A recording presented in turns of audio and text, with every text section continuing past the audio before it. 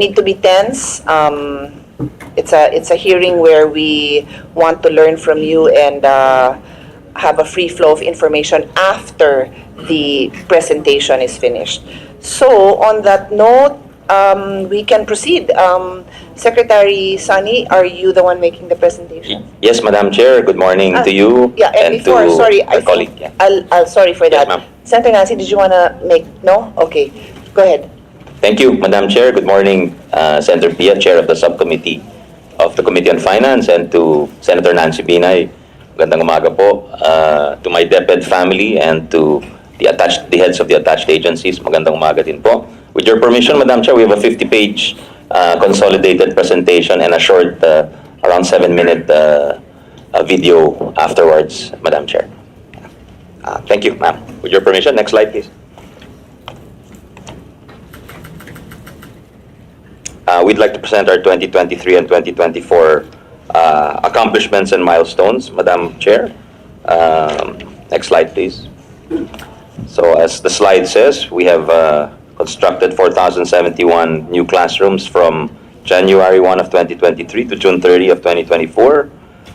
Repaired 3,616 classrooms, restored 21 Gabaldon Heritage Schools, procured for delivery 55,978 ICT packages, procured for delivery 30,854,386 textbooks and other learning resources, procured for delivery science and math equipment over 22 million pieces, and as well as technical vocational equipment over 493,000, Madam Chair, Your Honors. Next slide, please. Then we have hired also 11,118 new teaching and 4,860 non-teaching personnel as of June 30 of this year, and we have trained 15,815 teachers and teaching-related staff. Next slide, please. Then we have our support to our schools and our learners. So we've helped or assisted over 5.5 million learner beneficiaries under the school-based feeding program. And for government assistance and subsidies, we've benefited over 970,000 junior high school learner grantees and over 1.3 million senior high school voucher program learner grantees under the SHS or senior high school voucher program, and as well as over 131,000 learner grantees under the joint delivery voucher program. Next slide, please. This is the budget utilization report charting from 2018 to 2024, Madam Chair. Currently, our obligation rate is at 51% as of July 31, 2024. And for the past 5 years, there's been strong performance in budget utilization, achieving an obligation rate of 90% and above. Next slide, please.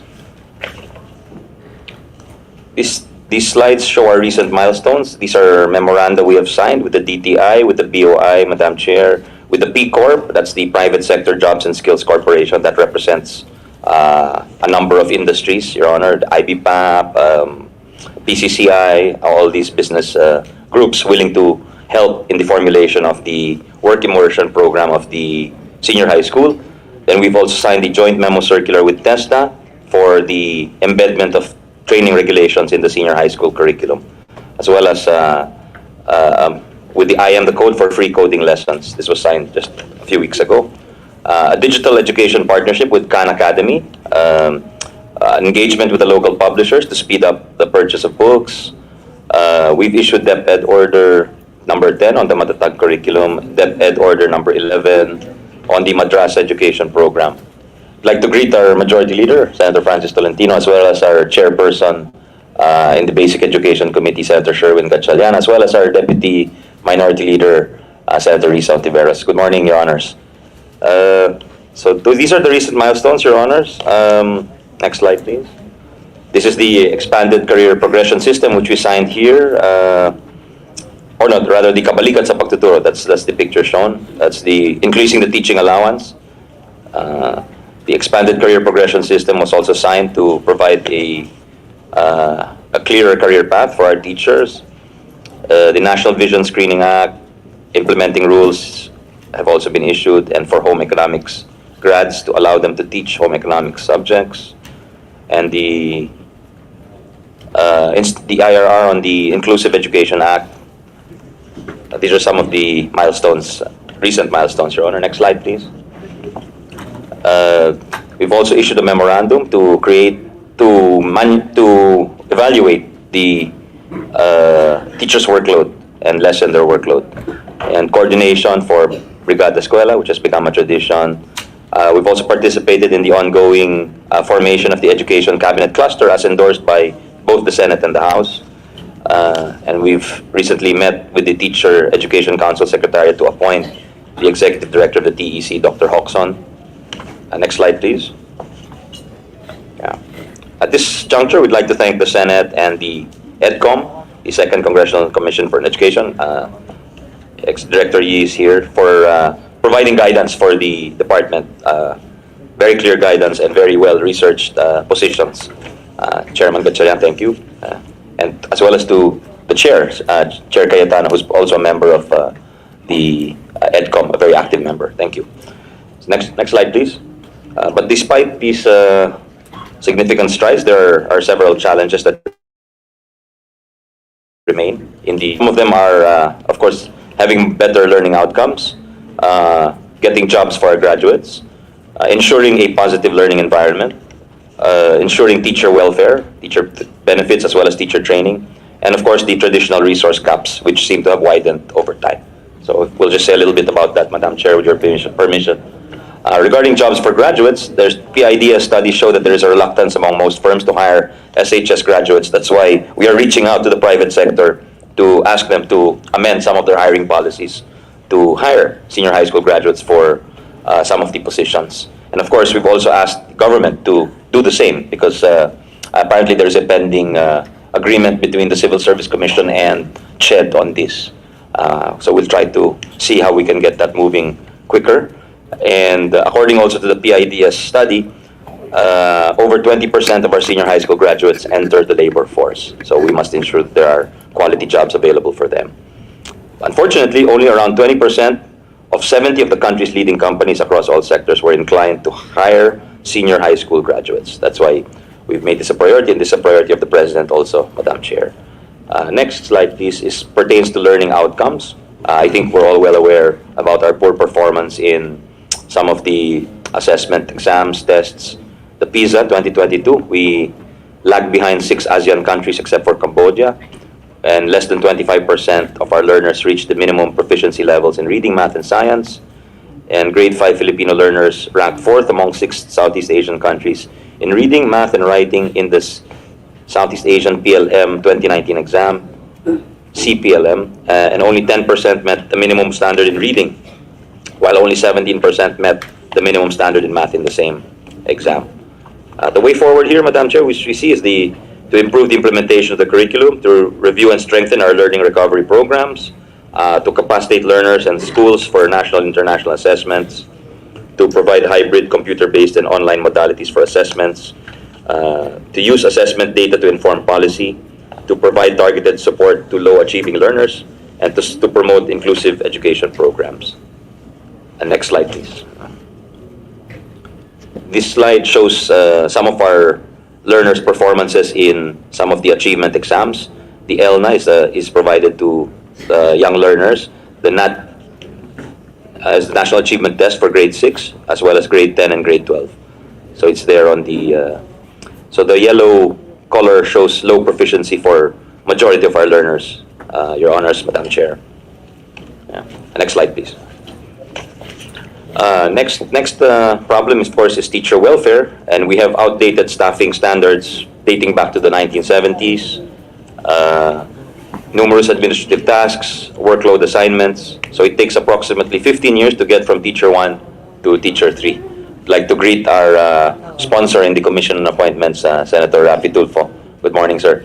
So the teacher welfare is an issue, and staffing standards date back, not the 70s, but 1997, Your Honor. And this results in teachers performing numerous administrative tasks, uneven allocation of support staff for schools, and unregulated work assignments. And another issue, as mentioned, is the difficulty in the career progression of not just our teachers, but even the non-teaching personnel. As mentioned, taking approximately 15 years to get from teacher 1 to teacher 3. This was what we sought to address with the enhanced career progression for teachers, IRR, which we issued. But there need to be some follow-up issuances on the part of other agencies as well, Your Honor. Next slide, please. Another issue is the having a positive learning environment, because the Philippines has bullying rates double the OECD average, according to the PISA survey, and 63% of grade 5 students experience bullying at least once a month. Another issue is the malnutrition or undernutrition. So 16% of Filipino kinder to grade 6 children are severely wasted. One in every 3 Filipino children were stunted or too short for their age. And this is something that the EDCOM and the Committee on Basic Education have also tried to remedy. The vacancies in guidance counselors, Madam Chair. There are over 4,000 vacancies for guidance counselors because of the very strict law which requires a master's degree for our guidance counselors, Madam Chair, Your Honor. So very few takers, as well as the low compensation which the department is trying to address on our side. Next slide, please. Another issue is the traditional resource gaps, but some seem to be widening, just like the classroom shortage. We are short 159,202 classrooms. At current rates would require close to 400 billion to fund, Your Honor. 2001 schools lack access to electricity. Over 174,000 classrooms need major repair. There are over 18,000 schools without internet. We need additional teaching personnel as well as additional non-teaching personnel in the tens of thousands, Your Honor. So these are very significant resource gaps that we seek to address by having early procurement activities for our school building and school repair program, as well as for our procurement, Your Honor. And we're trying to expand some of our partnerships with the private sector. And there's a pending bill in the Senate which we filed with Senator Win to amend the Adapt to School program to also make tax-deductible donations of computers, of training, immersion programs, things which help the educational system and help address the resource gaps, Madam Chair, Your Honors. Some of the ways forward. Next slide, please. Some of the ways forward. This is the directive of President Marcos to focus on improving education outcomes. Number one, we need to make sure our high school graduates are employable and harness the totality of their potential. We need to improve the quality of education as reflected in our assessments, as well as address literacy and numeracy in the early years. Third, we need to uplift and upskill our teachers, making sure they are trained and well supported. They can concentrate on teaching. Fourth, we need to ensure the physical and mental well-being of our learners to enjoy learning that is free from bullying and mental health burdens, among others. And lastly, we need to address the classroom gap, the digital gap, and solve the perennial problem of textbooks and furniture and the like. All of this within a child-centered enabling environment, Your Honors, Madam Chair. Next slide, please. So we envision our learners to be employable and empowered after graduating for senior high school. Thus, we are fast-tracking the review of the senior high school curriculum. It was originally intended to be for the 2026-27 school year, but we're now targeting the 2025-26 school year, Madam Chair, Your Honors. Next slide, please. For raising the quality and level of education, continuous improvement of matatag curriculum, strengthening our learning recovery programs, supporting our low-achieving learners, capacity building and resource provision, among others, Your Honor. Better use of assessment data and modalities, and inclusive education programs. Next slide, please. We have a 2025 PISA readiness plan in accordance with the instruction of the President to try to raise our results. And we're following the PISA schedule. For now, the universe of PISA takers is 1.6 million, 15-year-olds between grade 7 to grade 10. And by January, we will know the schools which they come from, and by February, they will be identified individually, the 7,000 takers.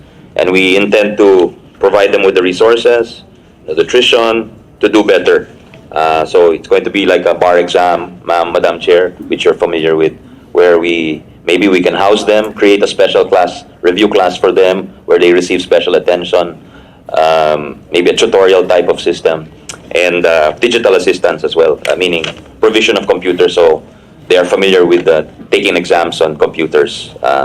There's no shock factor come exam time in March 2025, Your Honors. Next slide, please. We also seek to uplift and upskill our teachers so that they can concentrate on teaching and reduce their administrative tasks. We're trying to ensure merit-based promotion and fair compensation. We're trying to increase school MOE. That is partially reflected in the 2025 budget. That's also an EDCOM recommendation, Madam Chair, as you're aware, Your Honors. And of course, continue the teacher training and professional development. Next slide, please. The way forward for the physical and mental well-being of learners is ensuring health, nutrition, and safety in schools for a positive learning environment. Next slide, please.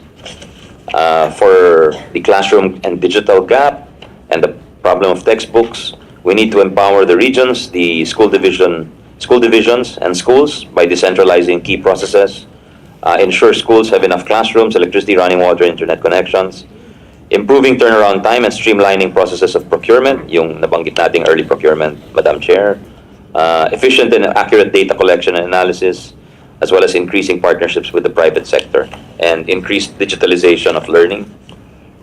Next slide, please. Next slide, please. Madam Chair, as you mentioned earlier in your opening statement, the budget for the DepEd, including the budget of its 6 attached agencies, amounts to over 793 billion, specifically for the National Book Development Board, 150 million pesos, for the National Council for Children's Television, or NCCT, 66.7 million, for the National Museum of the Philippines, 1.35 billion, for the Philippine High School for the Arts, or PHSA, 113.5 million, for the Early Childhood Care and Development Council, 354 million, and for the National Academy of Sports, 256 million. Next slide, please. This slide shows the division again, which we've just mentioned, across the different agencies, and there's an increase of 4% for the budget, although a decrease for certain agencies, including the Book Development Board, the NCCT, and the National Museum of the Philippines, largely because of the insertions made by this committee in this year's budget, Your Honor, Madam Chair. Next slide, please. So some of the salient features of the proposed 2025 budget for the DepEd include 29 billion for basic education facilities, including 15 billion for the construction of new classrooms, 6 billion for the repair and rehabilitation of classrooms, 2.6 billion for school furniture, 2 billion for medium-rise school buildings, 1.3 billion for the provision and upgrading of electricity in schools, half a billion for health facilities, 1 billion for library hubs, 200 million for inclusive learning resource centers, 60 million for community learning centers. That's under the basic education facilities program, Your Honor. Then we have 3.55 billion for learning tools and equipment. This includes science and math equipment and tech-voc equipment, Your Honor. Then we have, under the computerization program, 12.36 billion. This includes the provision of e-learning card packages, smart TV packages, laptop packages, as well as internet, the provision of internet, Your Honor. Then we have another 12.41 billion for textbooks and other instructional materials for printing and delivery, Your Honor. Next slide, please. Other salient features of the 2025 budget, Your Honor, includes 5.5B for teaching positions, another 3.43 billion for non-teaching positions, 2.23 billion for teacher trainings, 11.78 billion for school-based feeding, government assistance and subsidies amounting to 40.51 billion for the senior high school vouchers, the educational service contracting, the subsidies for teachers, as well as the joint delivery voucher program. Madam Chair, Your Honors. Next slide, please. This slide shows how much the government spends, or the department spends on per learner. It's around 31.6 thousand per learner, Madam Chair. Next slide, please. This is the historical per capita cost. So in 2017, we spent 23,800. Now we're spending 31,612. Next slide, please. This slide shows the share of the DepEd budget to the national budget. So we get 12.5% of the national budget, Your Honor. And as a budget of the department for GDP also, as well as the growth rate of the budget over the years, Your Honor.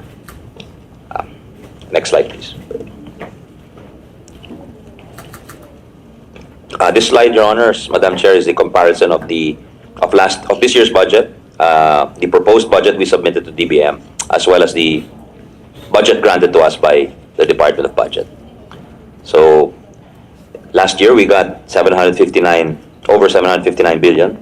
We proposed a budget of 976 billion, but were granted a budget of 790.8 billion. Next slide, please. Yeah. This slide shows the comparison between, again, the three, this year's General Appropriations Act, what we proposed to the DBM, as well as what we were granted in the 2025 NEP, divided up per spending class, Your Honor. So for next year, personnel services will amount to almost 70%, retirement and life insurance premiums 5.7%, MOE 21%, which is an increase over last year, and the capital outlay amounting to 4.29%, which is a decrease from last year. Next slide, please. Yeah. This slide is a comparative matrix of the three reference points: the GAA 2024, the proposed NEP, and then the actual NEP, Your Honor, per policy and programs, including the foreign assisted projects, Your Honor. Next slide, please. Next slide, please. With your permission, Madam Chair, Your Honors, we now go to the budgets of our attached agencies. The National Book Development Board, or NBDB, will be receiving 146,406,000 pesos. This represents a decrease of 37% from its 2024 level, but that's largely because I think of the insertions of the committee. National Council for Children's Television. Next slide, please. This is the NCCT, Madam Chair, which will be receiving 66,740 for 2025. It's a decrease of 16 million, 19% decrease. Next slide, please. The National Museum of the Philippines will be receiving over 1.3 billion pesos, also a decrease of 70 million pesos, or 4% from this year's General Appropriations Act, but largely also because of the insertions made by the committee of close to 400 million pesos, which we're very thankful for. Next slide, please, is the Philippine High School for the Arts, who will be receiving a budget of over 110 million. This is an increase of 2.4 million, Madam Chair. Next slide, please. This is the ECCD, or the Early Childhood Care and Development Council, which it will receive over 353 million, an increase of 38 million from its 2024 GAA, about 10% higher, Madam Chair, Your Honors. Next slide, please. It's the National Academy of Sports, which the chairperson was very active in helping create. Will be receiving over 256 million, an increase of 25 million from the 2024 General Appropriations Act. Next slide, please. Of course, this budget presentation would not be complete without a wish list. So we have a wish list amounting to... We have two wish lists, Madam Chair. One was made to the House, but since then, in just a week, they've supplemented it with another wish list. So the first wish list amounts to around 60 billion, Your Honor, for For human resources, the Bureau of Human Resources and Development is requesting 3.5 billion for the NAIAP, and for career pathways for our non-teaching personnel, Your Honor, meaning the ability to create new positions so that some of our long-time personnel could be promoted.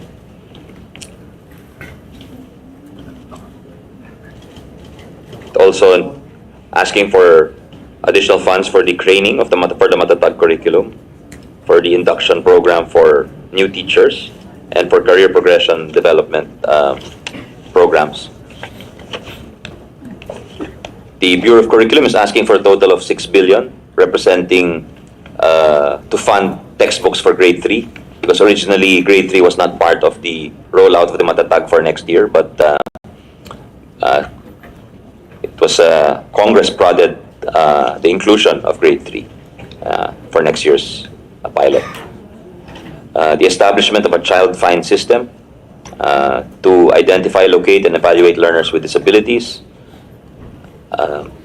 Additional compensation for our madrasa teachers, and other programs. And of course, the big item also is for an 8-week literacy and numeracy program of around 4.8 billion, which is being discussed in the lower house and perhaps in this house as well, Your Honor.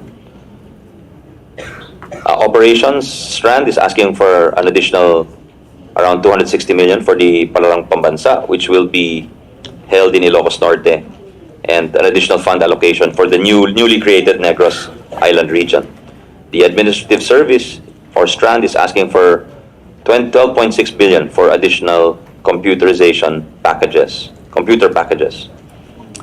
Our legal strand is asking for 88 million for the acquisition of additional plantilla items, and for the titling and school sites, the ability to acquire more school sites and or facilitate the legal processes for titling, Your Honor. And our infrastructure strand is asking for an additional 36.8 billion for the construction of an additional 12,000 classrooms, and to ensure available funding for the Infrastructure for Safer and Resilient Schools project, which is a foreign-funded project under the World Bank, Madam Chair. In the supplemental wish list, they've included the school-based feeding program to the tune of 7.3 billion to be able to have more days and feed more children. An additional 5 million for the drug education program. And for finance, they're asking for an additional 384 million to increase the subsidies for teachers, which has remained the same amount for a decade now, I think. An additional 1.9 billion for the senior high school voucher program. An additional 100 million to finally get the Philippine Qualifications Framework Coordinating Council going, Your Honor. That's a law passed as early as 2018, but has yet to get really fully started and has no staffing component, full-time staffing component as of the moment. So these are some of the items, Your Honor. It's broken down, and we'll be happy to furnish more details. Next slide, please. This is the wish list of our attached agencies.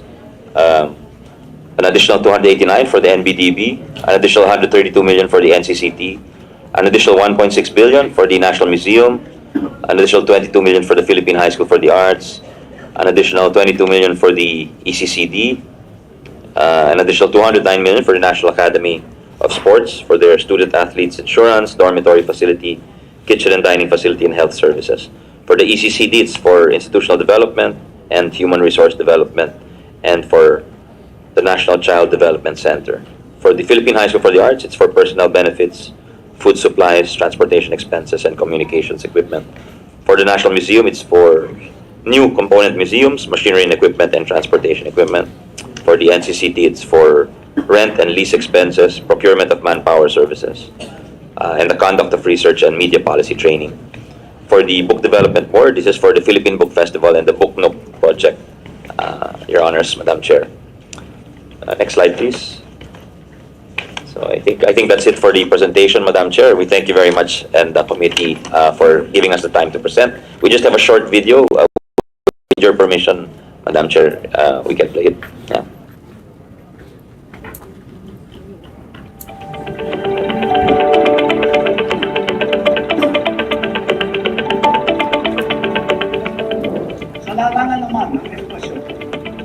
Investing in our own people is not only a fundamental moral imperative, but an economic good as well.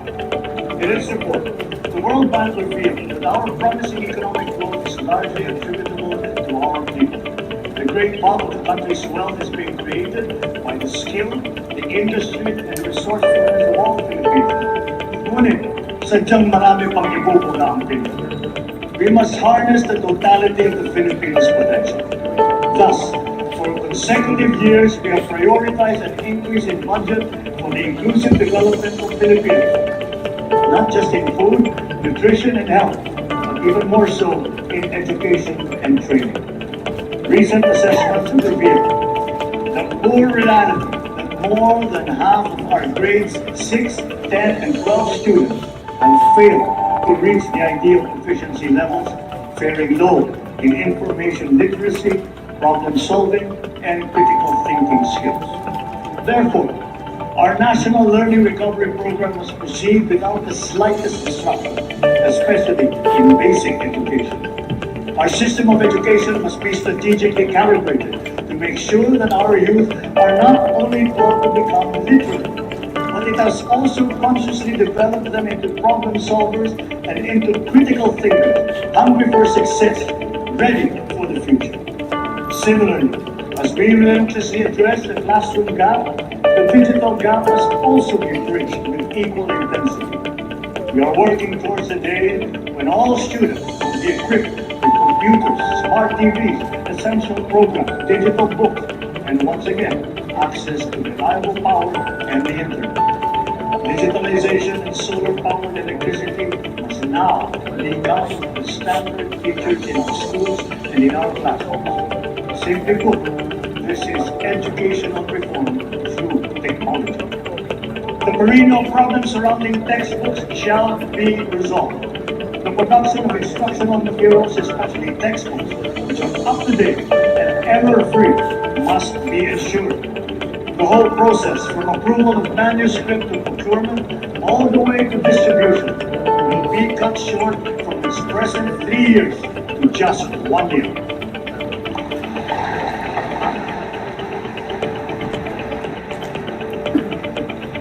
Ito ngayon ang magiging hamon sa ating bagong kalihim na tiyakin ang pagbangon at pagtaas ng kalidad ng edukasyon sa bansa sa lalong madaling panahon.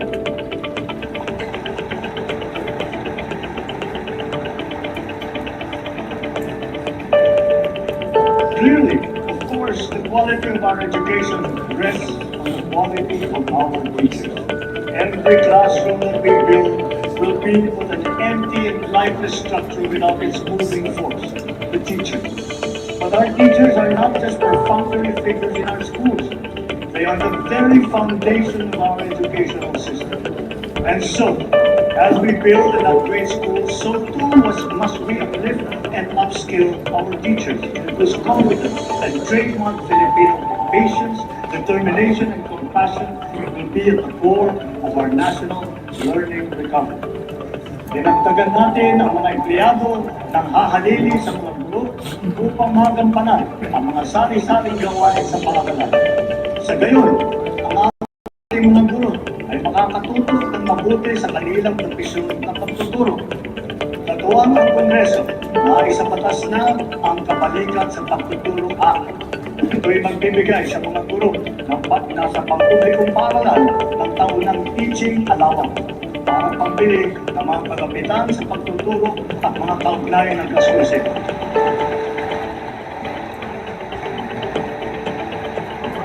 Nakakagandang kanila ito simula sa susunod na taon. Meron na rin silang personal accident insurance mula sa GSIS. Makakapaghatid din ng dagdag na ginawa ang Special Hardship Allowance para sa mga karagdagang public school teacher na masasaktan nito na nakakaranas ng matinding hirap at panganib sa kanilang araw-araw na pagtatrabaho. At wala na rin utang-utang sa mga teacher. Hindi magiging hadlang ang kanilang pagkakautang upang makapag-review ng kanilang mga lisensya. Pagkus, marapat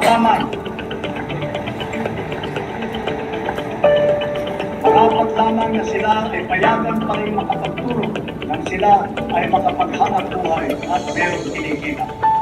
Of equal significance, we have allocated funds to finally implement the expanded career progression system for our public school teachers.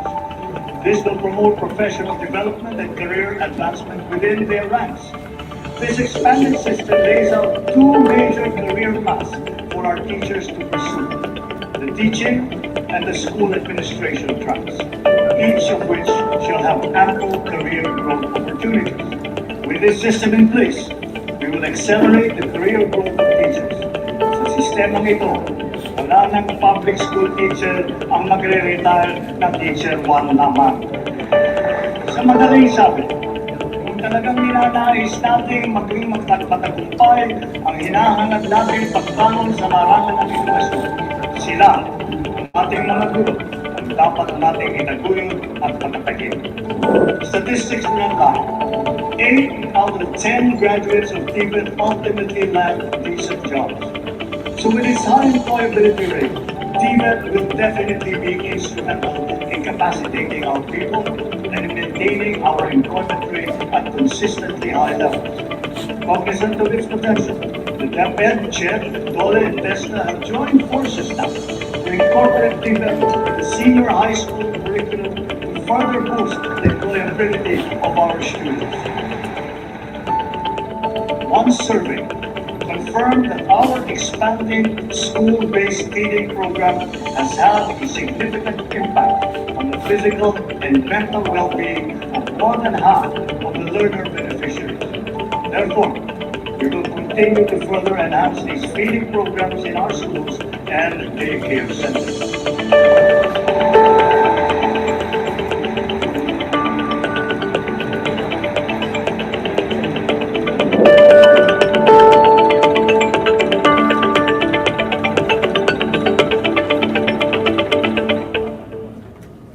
Thank you again, Madam Chair, for the time of the committee, and we're ready to accept questions from the members of the committee and Madam Chair. Yeah. Thank you, Secretary, for the presentation.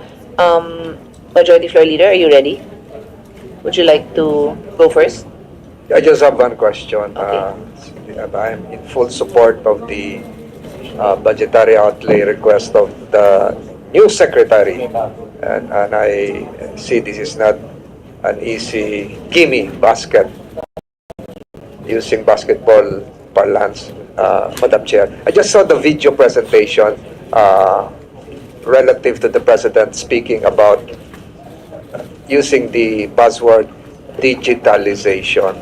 And looking at the records I have here in front of me, it would seem that one of the items on DepEd's wish list for 2025 is a 12.6 billion budget for the computerization program. But when I took some notes, I heard the presentation of the good secretary. 18,325 schools without internet access, and the wish list is for a 9.2 billion pesos budgetary request. So how would you reconcile now 12.6 billion with 9.2 billion? Pasok na ba ho yun doon sa pangangailangan na yon? And then I would further add to the confusion a news article, inabutan na lang to ni Secretary Sani, hindi naman niya kasalanan ito, na meron pa lang 4 years ago, meron pang 1.5 million units of laptops somewhere out there in some warehouses unutilized. So how would you reconcile all this? I recall having heard during my days as Blue Ribbon, having conducted an investigation because of a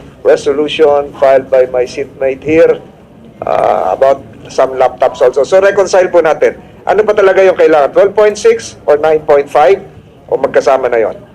Pagkasama ho yun, kung siyempre pag nasa budget ho ng 2025 yung 12 billion, pero kulang pa rin yun to provide computers to all our learners. I think even with the 9, kulang pa rin. Pero we want to speed up the process kasi nga yun nga ang gusto ni Pangulo. And of course, we were not active in the preparation of this budget, Madam Chair, Your Honor. So we just wanted to include that in the wish list because these are the priorities of the President as well as the priorities of the department.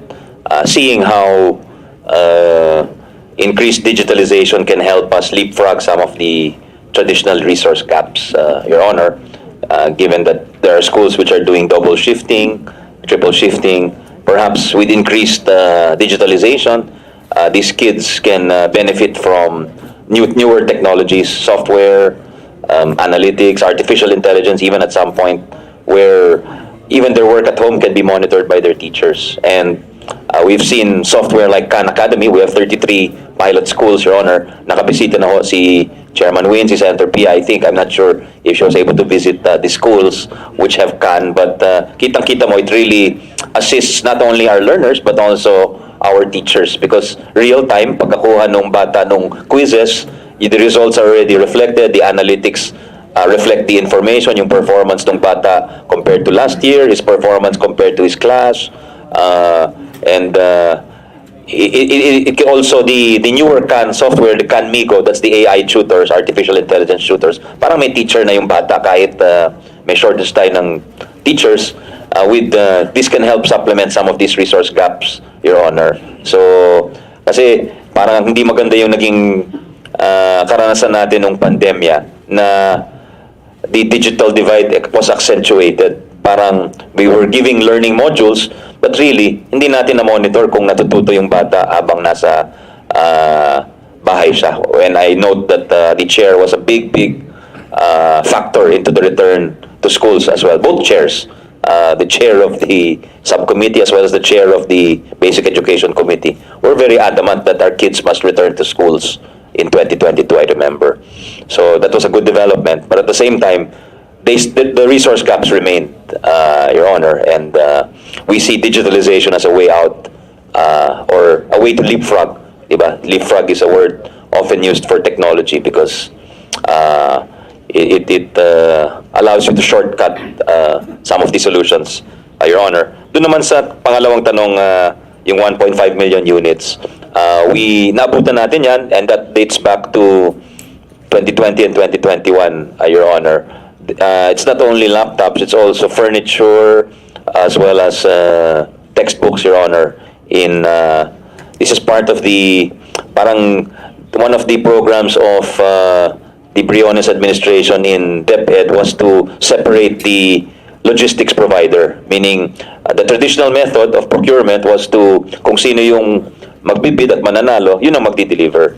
Pero may inintroduce na kakaibang programa under Secretary Briones which was the logistics provider, meaning lahat po nung logistics was to be provided by other companies, but it got into a dispute and things were not delivered on time.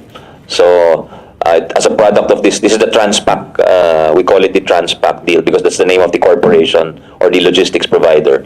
At dahil hindi na natuloy yung mga ibang kontrata, hindi na deliver nung Transpac. So what we've done is we've talked to the Air Force and to other government agencies as well as private.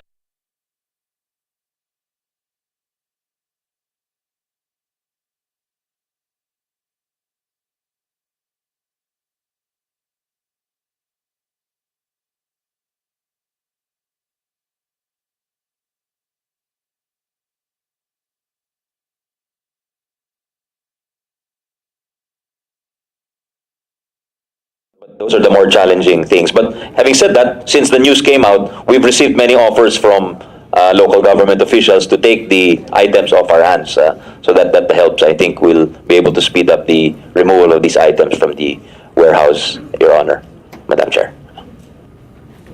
So just one quick follow-up question. Ito pong 18,325 schools without internet access or short of computers, ano po yung pwedeng maitulong ng mga local government units through our local school boards? Hindi kasi yung mga LGUs po, Madam Chair, talagang gusto rin nila magkaroon ng internet access po itong ating mga eskwelahan. So Yes. will that make your job easier pag yung tumulong na siguro yung mga LGUs? Kasama po ba to sa polisiya ninyo, Madam Chair? Definitely, Your Honor. I think there are bills to amend the SEF to expand the menu, but even unamended, you've been the chair of the Committee on Local Government. Alam nyo na nakita nyo na maraming lokal na gobyerno nakakatulong po ng malaki sa ating mga schools. Nagbibigay sila ng IT equipment, sinasagot nila yung data plans minsan. Yung iba nagbibigay ng smart TVs. So these are all very helpful, Your Honors. Yung iba nagko-construct pa ng computer labs at yung iba nagbibigay din ng teachers through the SEF, Your Honor. So all of these are very helpful and help address the resource gaps we face, Your Honor. Chair, I have no further questions. I am fully supportive of the budget of the new DepEd leadership, and I yield the floor to some of our colleagues here who are more knowledgeable as to the basics of DepEd. Thank you, Madam Chair.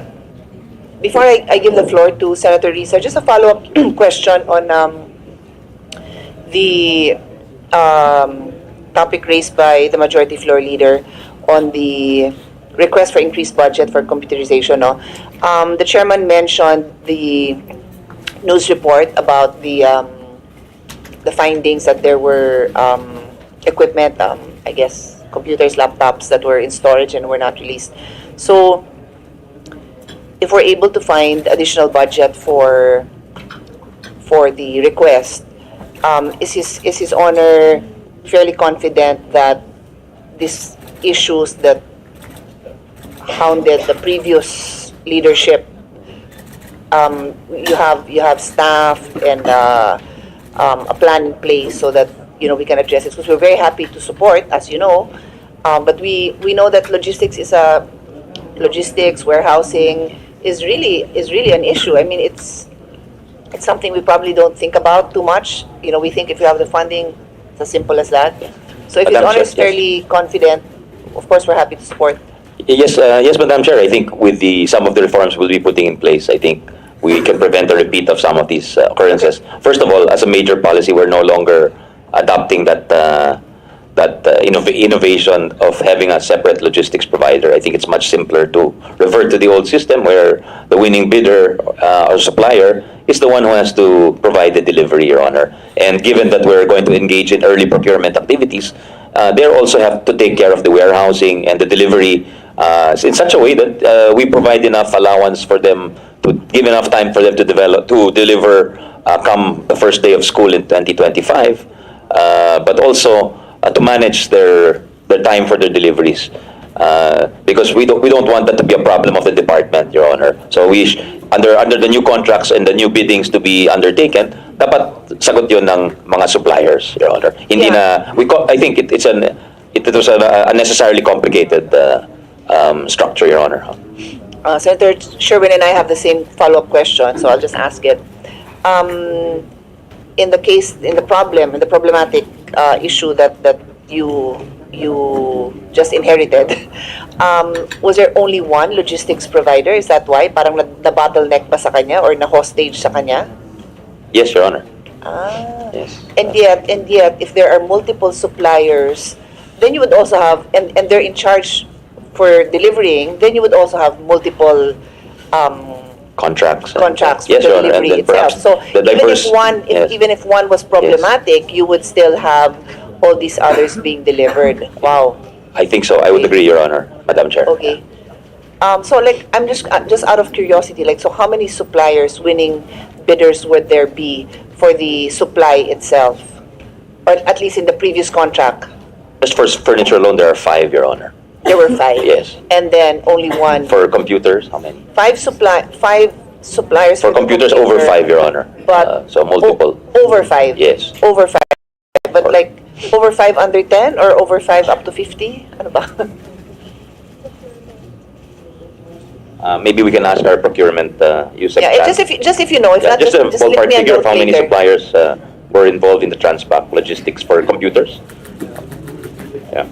No, how many, Madam to Chair, be clear, Yeah. how many, With your Okay. permission, ma'am, can we recognize Yeah, USEC let me- Chan? Yeah. is it Attorney Chan? Attorney Chan. So just to be clear, how many suppliers of the computers itself, and then how many logistics providers? Basically, there is one logistic provider because it was a framework agreement. So all these suppliers, let's say there are 12 suppliers, there is one logistics provider who will pick up the goods Okay. from the suppliers and So then it was a consolidate in one Okay, warehouse. and it was a failure of the logistics Yes. supplier? Yes. Yes, Your Honor. Wow. Yes. Mr. Chan, just one quick follow-up question. If you still have the computers in the warehouses of the logistics suppliers for 4 years, can these computers still be rebooted, utilized, or would you need additional budget to have this in operation? O baka mas mura pang bumili ng bago kaysa baka luma na to. Yun lang po yung tanong ko, Madam Chair. Definitely, they're older models, Your Honor. But according to our IT, kaya naman i-reboot or i-repurpose. Of course, it won't be as good as the newer computers, Your Honor. These were just contracted, these were supply contracts just in the last 4 years, so not older Actually, than... some of the contracts date back to Even older. 2017, 2018, 2019, Your Oh, Honor. really? But the items have been there physically since 2020 and 2021. So, yeah. Okay, let's move on. Floor is yours, Senator Risa Ontiveros. Salamat, Madam Chair. Magandang umaga po sa buong DepEd family. Just a quick opening word, Madam Chair, colleagues, Secretary Sonny, and the DepEd family, to our resource persons, magandang araw sa ating lahat. Wala pa man sa first 100 days sa kanyang tanggapan, si Secretary Sonny, it seems that our former colleague is providing the leadership needed to put DepEd back on track in addressing our education and learning crises. Knowing the good secretary, he will be working on what's given in the proposed budget for fiscal year 2025, and I know he would gladly welcome our questions. So to proceed, Madam Chair, good secretary, una po, on the unobligated and unutilized funds o pondo sa edukasyon hindi nagamit ng husto. In the last 3 years, the unused appropriations or unobligated funds of DepEd increased 19 to 23 billion in 2021, 32.59 billion in 2022, and 38.16 billion in 2023. Sa tagal nating lahat sa serbisyo, alam natin na no single agency can spend 100% of its fund. Pero nag-peak ang DepEd ng 97% at some point, and the figures I cited are too big to be ignored. I'm sure the Secretary shares the same fiscal concern that the unobligated funds are sufficient to close some resource gaps within the agency or provide the full budgets of other smaller agencies. So may we know, Madam Chair, ano yung mga factors na nagko-constrain sa DepEd para i-fully obligate ang said allotments at anong actions ang maaasahan natin sa Good Secretary para siguruhin yung optimal use ng mga resources na ipinagkakaloob sa DepEd. Yeah, that's a great question, Madam Chair, Senator Risa. Thank you, and thank you to the Majority Leader for his kind words, and thank you to you, Madam Chair, for Senator Risa for the kind words. We much appreciated po yun. But again, it's a great question, and there are large amounts which are unobligated and unutilized. And I think it's also a function of how large the agency is. We have multiple. I think we have the most number of implementing units in terms of budgetary usage, Your Honor. This includes the regions. We have 16 regions, excluding BARM. We have 218 school divisions, Your Honor. So these are some of the implementing units, and we have to reconcile and make sure that everyone is efficient on the ground, Madam Chair, Your Honor.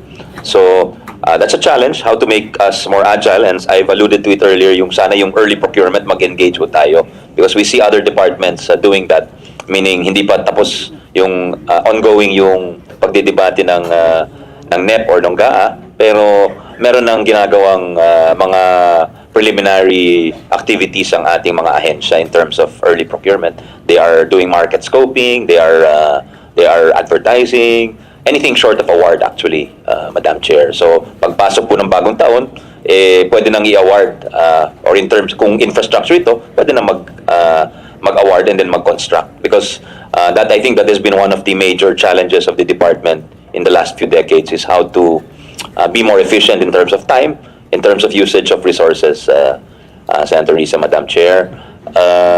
Kaya especially now that we are short of buildable space, we're going higher with our classrooms.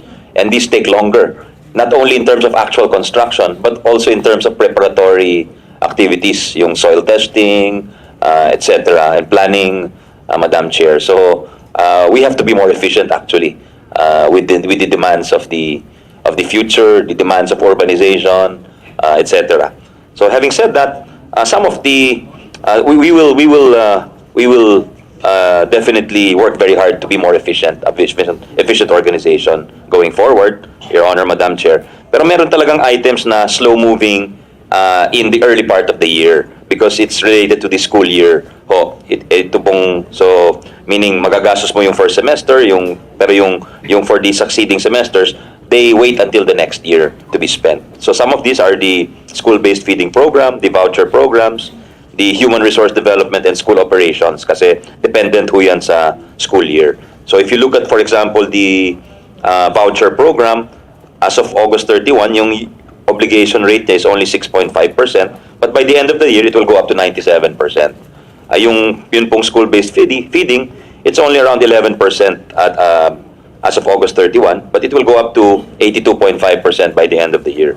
If you look at the basic education curriculum programs like the National Reading Program, the National Learning Camp, National Learning Recovery, from 4.7% as of August 31, it will go up to almost 70% by the end of the fiscal year, Your Honor. Tapos itong training for matatag, teacher training, it's only at 3.91% as of August 31, but it will go up again to almost 70% by the end of the year. So yun yung school year calendar dependent programs. At talagang by design and then by operation in fact, they really are spent at the end of the year and towards the end of the fiscal year, Your Honor. And there are some of the slow-moving programs also, as mentioned earlier, are the procurement-heavy programs. So ito po yung textbooks, yung learning tools and equipment, science equipment, computerization, yung TechVoc livelihood po.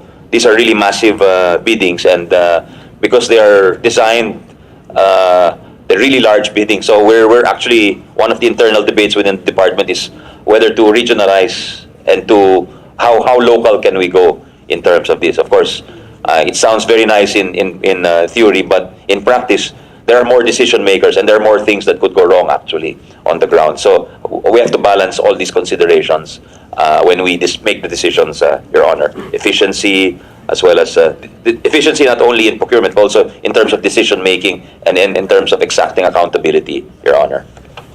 So, yeah, yes, thank you, Madam Chair. Thank you very much, Madam Chair and good Secretary.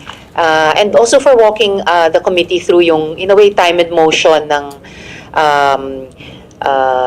disbursement, no? And sa DepEd. And it's just good to know that the Secretary will be watching at every stage kung saan slow-moving pa necessarily, tapos kung saan mas bibilis, he's really on top of it. And it's nice to note, nice is a trite word, pero not just in terms of sentimental value, pero in a way, in terms of legacy na yung isa sa mga huling batas na sinepard ng Good Secretary, yung bagong Government Procurement Reform Act. Siguro yung DepEd ngayon under his leadership now as a Secretary, ang isa sa nagtetest nun, ang nag-i-implement nun, including dun sa early procurement and then making each stage more efficient. So, maraming salamat para doon, Secretary. Dako ako dun sa COA accounting deficiencies o pondo sa edukasyon hindi nagamit ng wasto. So mula sa husto, more quantitative, sa wasto, more qualitative. So in the report submitted to us by our LBRMO, it took note of a total of 229 billion pesos accounting deficiencies flagged by COA for fiscal year 2023. The said amount, if my calculation is correct, is equivalent to almost 30% of the total funds given to DepEd for the said year. Ilan sa napansin namin, Madam Chair, Secretary, iyong unremitted 3.79 billion pesos premium contributions and loan amortizations sa GSIS, PhilHealth at Pag-ibig, unliquidated cash advances amounting to 6.96 billion pesos, unsettled suspension, disallowances and charges amounting to 12.3 billion pesos, irregular, unnecessary, and excessive expenditures amounting to 209 million pesos. If these are correct, nakakalula ang bilyon o milyong pisong halaga na hindi nagamit ng husto at wasto. Now, I know that DepEd hasn't been given sufficient time yet to address these issues, but may we know from the good secretary mga updates po sa mga accounting deficiencies, lalo na yung usapin ng unremitted contributions at amortization na mahalaga para sa mga kawani ng kagawaran at maging sa pagpupondo ng mga naturang GOCCs, Madam Chair. Yes, Your Honor, thank you for the question, Madam Chair Senator Risa. This amount you stated reflects the recording of property, plant, and equipment under the school building program for new construction by the DPWH, or Department of Public Works, which should have been included in DepEd's accounts when the completed buildings were turned over. So there is currently a reconciliation between DPWH and DepEd accountants ongoing for journal entries in both the books, both in the books of both departments, Your Honor. And despite these accounting deficiencies, the COA issued an unmodified opinion indicating DepEd's financial statements are free from material misstatements and comply with international standards, and DepEd is holding regular quarterly financial reconciliation workshops with division and regional accountants. The frequency should be increased to bi-monthly this year and the next year to expedite the resolution of these accounting deficiencies, Your Honor, including the completion of accounting records as well as accounting errors and omissions, Madam Chair. Maraming salamat, good secretary. If there's any way na yung chair ng komite can assist the department in that reconciliation process with DPWH, with the chair of the committee of DPWH's budget, I'm sure that she wouldn't mind hearing from the good secretary. Certainly. Thank you for the offer, Madam Chair. At mabuhay yung dun sa unmodified opinion. And mamaya, I failed to mention also in relation to our first question, good secretary, yung binanggit nyo sa isa sa mga slow-moving, yun talaga sa human resources. So mamaya may tanong din po ako dyan, kaugnay din nung contribution sa mga DepEd employees dun sa tatlong social protection GOCCs. And I also failed to mention kanina, but just for the record, na interesante to hear about at least one of the internal debates sa DepEd on how local would you go in that potential regionalization process of the procurement. Pangatlo po, Madam Chair, on the World Bank loan agreement. So may pondo na nagawa pang umutang ng todo. So, Madam Chair, I noticed the fund allotted under DepEd's Education Human Resource Development has been indeed reduced to 2.28 billion pesos for fiscal year 2025 from 4.1 billion pesos for fiscal year 2024. Ang ulat sa amin, the decrease is due to low budget utilization. Tama po ba ito, Madam Chair? That's correct, Your Honor. Okay, salamat po. Under the same program of Education Human Resource Development, may allotted na 500 million pesos for foreign-assisted projects.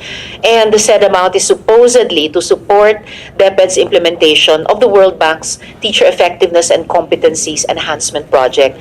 Upon checking, the project cost of $110 million is roughly around 6.13 billion pesos, which was approved June or August of 2023. Tama po ba ito? That's correct, Your Honor. It's the TCEP program of the World Bank. Salamat po. And tama din po ba, Madam Chair, good secretary, na umutang ang DepEd noong 2023 ng humigit 6 na bilyong piso sa World Bank din para sa teachers development. Gayong may pondo namang inalar na hindi nagamit ng husto at wasto. That's correct, Your Honor. That's correct. Okay, so may we ask the good secretary na i-update po tayo sa status ng proyekto, the terms of the loan agreement sa World Bank, at kung magkano ang magiging danyos, kung mayroon man, danyos sa gobyerno kung sakaling hindi ni-realize yung project by end of 2028. Thank you, Madam Chair, Your Honor. On the status, the DBM issued the Project SARO or Special Allotment Release Order on last August 5 of this year, amounting to over 322 million. This is for the procurement of individual consultants, consultancy firms, as well as 26,800 tablets for learners in recipient schools. The coverage is 3 regions, Your Honor, Region 9, Region 12, and BARM. And the SARO covers tablets for learners in these schools, teacher training, and operational costs for equipment and staff for the Project Management Office. The project is currently in the early stages of procurement, and a total of 5,815 schools over the said 3 regions will benefit from the project. 2,000 schools in Region 9, over 1,500 in Region 12, and over 2,200 in BARM will benefit from the project, with a total of over 64,000 teachers and over 1.9, close to 2 million learners, Madam Chair.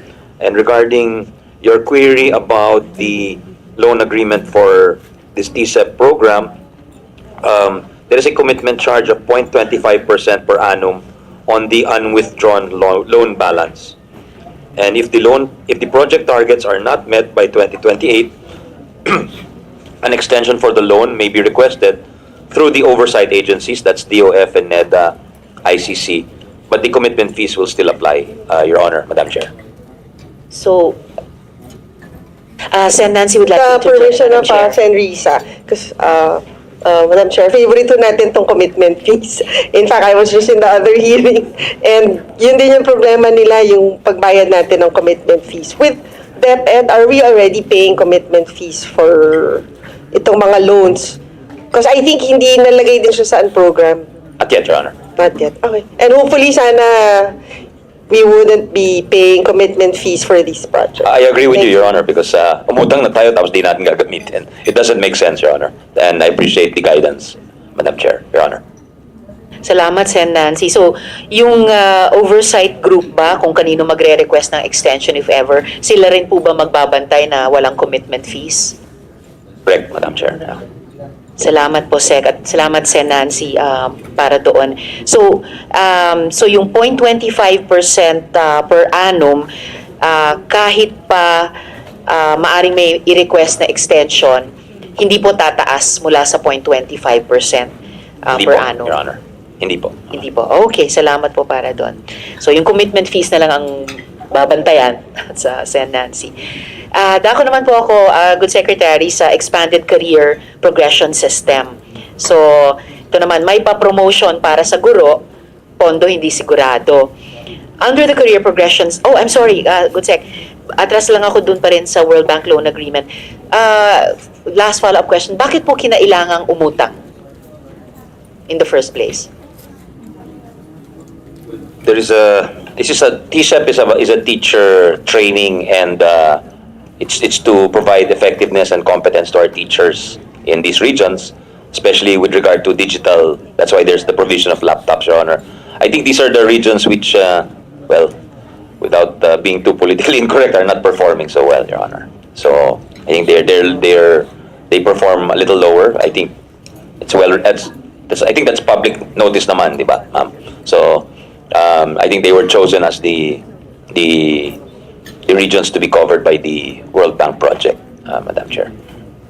So the project per se covers the whole country. Yung loan covers particularly parang enhanced resources, financial resources for the 3 regions. It only applies in the 3 regions, Madam Chair, because I think they offered the whole country, but parang the policy decision was decided or made to have it apply to the 3 regions, BARM, Region 9 and Region 12, Your Honor.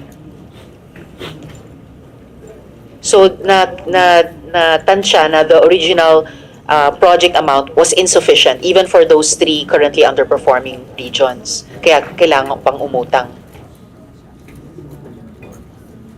The whole project, Madam Chair, is foreign funded. it's the whole project is subject to the loan, Your Honor. Yeah.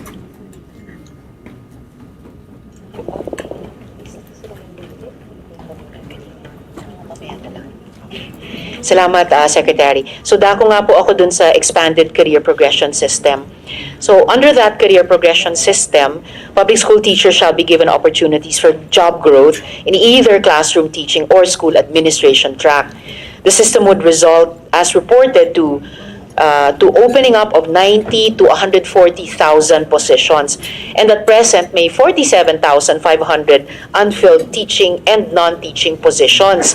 So ito po bang 47,500 na ito kasama na sa ma-open pang 90 to 140,000 positions? For career progression, ma'am, we need to reclassify some of our positions because the ones we've created under the career progression are new positions requiring higher salaries. Kasi yun nga ang daing ng ating mga guro na ang tagal nila nasa teacher 1, teacher 2, teacher 3 positions. And some of the idiosyncrasies of our system dictated that they had to leave their schools in order to get promoted from a small school, pupunta sila sa malaking eskwela kasi doon may open na item doon. So they had, and sometimes they had to stop teaching, they had to become an administrative personnel, non-teaching personnel. So nasayang yung teaching experience, yeah, ma'am. But those are some of the things we wanted to address with this under this IRR for the expanded career progression. Number one, we give them an expanded career path at mas mabilis yung promotion nila, mas mataas yung sweldo nila. And number two, they don't have to give up teaching and they don't have to leave the small schools, the smaller communities kasi there's a loss of quality teaching at the community level kapag ka ganun. So we wanted to address that. And at the same time, we wanted to give teachers freedom, meaning if they don't want to teach, then they have that choice. But if they want to teach, continue teaching, they also have that choice, Madam Chair, Your Honor. Yeah. Salamat, Sec. Sonny. So, posible bang yung ilan sa 47,500 unfilled positions sa ngayon ay isasara na lang and then yung mga qualified ay dun ipaprioritize sa 90 to 140,000 new positions? They will reclassify quite a number of these positions, Your Honor. Parang scrap and build sa DBM terms na where some of the smaller positions, you will have to scrap them and then you make them your building blocks for the new items, Your Honor. And we are creating teacher positions for teacher 4, teacher 5, teacher 6, and among others, Your Honor. So, posible nga na kumbaga hindi na mag-exist yung 47,000 under this scrap and build system, hindi na mag-exist yung currently unfilled positions and then i-deploy yung mga tao dun sa 90 to 140,000 new positions. In a perfect world, Your Honor, that would happen. That would happen, Your Honor. But of course, it's very difficult given the decentralized nature of the department. Here, a lot of these decisions are made at the school division level, Your Honor. But on our part, on the central office part, we're trying to really stay on top and make sure